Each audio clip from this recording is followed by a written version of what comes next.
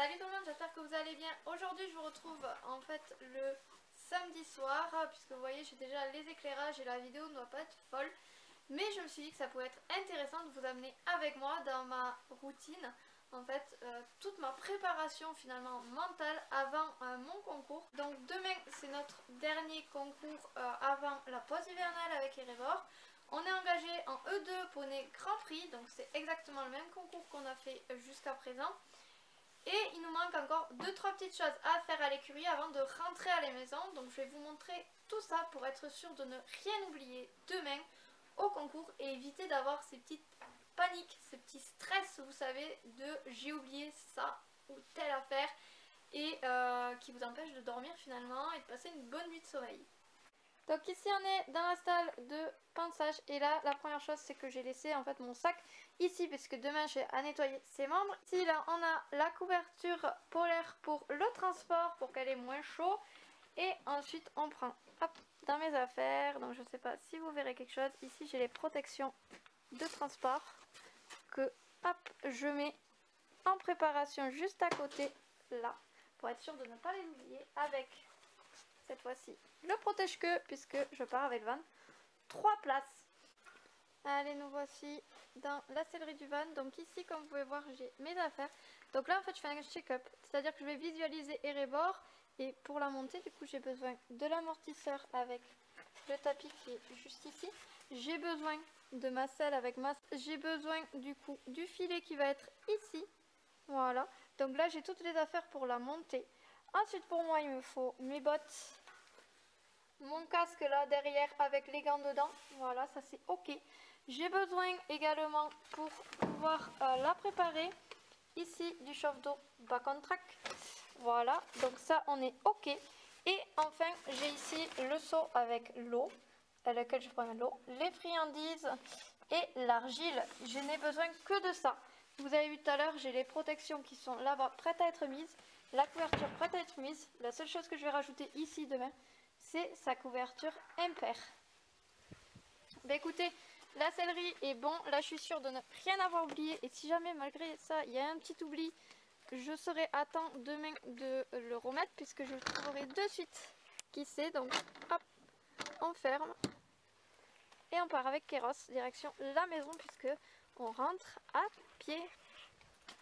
Ça y est, je suis enfin au chaud, donc après une journée passée dehors, c'est les premiers froids qu'on a nous ici, puisqu'on est quand même dans le sud de la France, donc on a des températures plutôt bonnes jusqu'à présent, et là on a eu depuis jeudi de la pluie et pas beaucoup de soleil, donc voilà, on a le froid qui rentre vite. Du coup quand je suis rentrée, je suis allée de suite faire mettre le chauffage dans la salle de bain pour pouvoir aller prendre ma douche après. Je me suis fait un petit thé pour me réchauffer et j'ai appelé Greg et Léna puisqu'ils sont ce soir chez les grands-parents de Léna, donc les parents de Greg.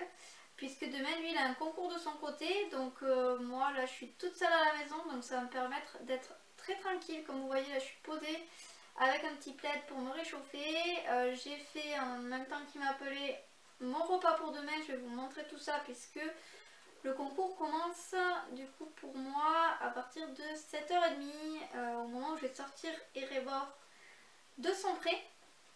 La préparer pour embarquer à 7h45 et ensuite on a 1h45 de route pour aller jusqu'à Auch et je vais me mettre à cheval à 9h45 voilà pour passer à 10h20. Donc je prends pas une énorme détente parce que plus je fais long plus Erebor s'impatiente et s'énerve.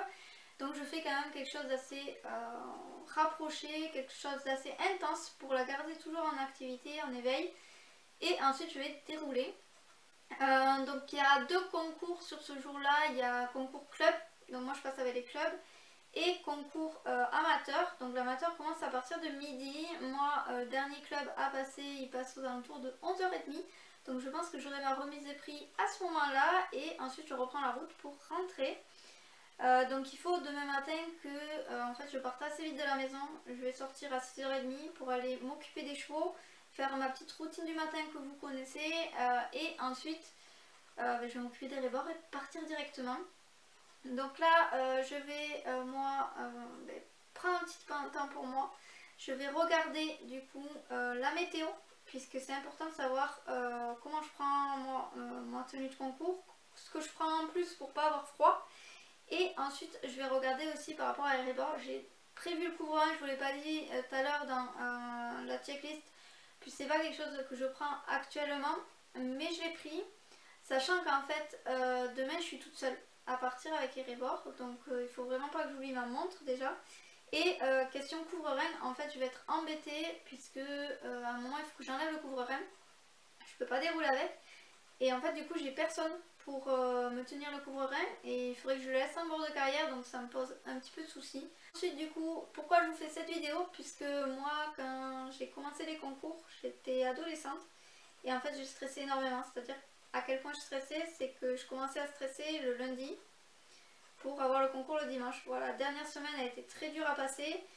Après, à force d'en faire, c'était plus que le samedi très compliqué, j'étais ultra stressée, donc je mangeais pas, j'avais une boule à l'estomac toute la journée. Je pouvais pas m'en délaisser, j'étais hyper raide, j'avais mal partout et je dormais pas. Donc du coup, j'aurais bien aimé trouver ce genre de vidéo sur YouTube à l'époque. Donc c'est pour ça que je vous la fais.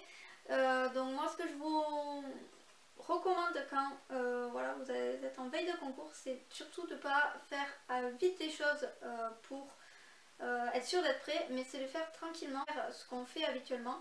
Ça aide puisque c'est le quotidien et le fait d'avoir une échéance demain, c'est comme si j'avais un cours à faire demain ou aller en stage, c'est exactement pareil.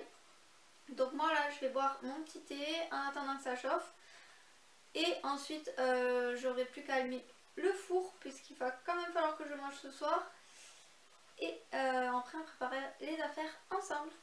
Bon, maintenant que je vous ai dit un petit peu pourquoi je faisais cette vidéo, la première chose c'est de bien s'organiser. Donc moi en fait je prends une poche comme ça course et je vais mettre toutes mes affaires dedans. Donc ça comprend mon sac à main, voilà, pour pas l'oublier demain. Je me suis mis ma boîte gamelle puisque comme je vous dis j'ai la remise des prix vers midi. Donc pour moi ça va être à peu près à ce moment là que je vais pouvoir manger ou un peu avant. De reprendre la route et des petits encas si jamais j'ai un petit creux pendant le trajet et un livre puisque comme je vous ai dit je suis toute seule demain donc il va falloir patienter et donc j'ai pris l'échelle de progression, voilà, ça peut être intéressant à lire et je l'ai pas fini encore. Mes affaires sont prêtes, ce qui me manquera à mettre demain c'est mon thermos avec du thé puisqu'il va faire froid, ça va me permettre de me réchauffer aussi les mains. Donc ça c'est le truc de dernière minute, mais tout est prêt là et bien mis en évidence pour que je ne l'oublie pas demain. Je vais aussi mettre la montre directement dans ce sac pour être sûre de ne pas l'oublier parce que c'est quelque chose dont je n'ai pas l'habitude de prendre. Et du coup je suis quasi sûre que je vais l'oublier. Voilà, donc ça on va le mettre de suite dedans. Moi je vais aller préparer mes affaires pour demain, je vous amène avec moi du coup, on va voir tout ce qu'il nous faut pour être tout prêt et que demain si jamais il y a un petit souci au niveau du réveil et tout, ça évite d'être à fond partout. On est dans ma chambre et du coup je vais préparer toutes mes affaires, donc mes affaires que j'aurai besoin pour demain le concours monté et pour me protéger les vêtements blancs puisque vous avez tous la technique de mettre le jogging par-dessus le pantalon blanc pour éviter de le tacher avant votre reprise. Donc là en fait je vais prévoir des affaires également en plus puisque il doit faire froid demain et on devrait avoir la pluie qui s'invite dans l'après-midi, donc on sait jamais. Je vais prendre du coup des vêtements en plus si jamais j'ai vraiment trop froid pour éviter d'être mal pendant mon concours. Ensuite du coup je vous conseille également, une fois que vous avez fait les affaires tout simplement, de les mettre à un endroit où vous êtes sûr de les retrouver facilement demain matin.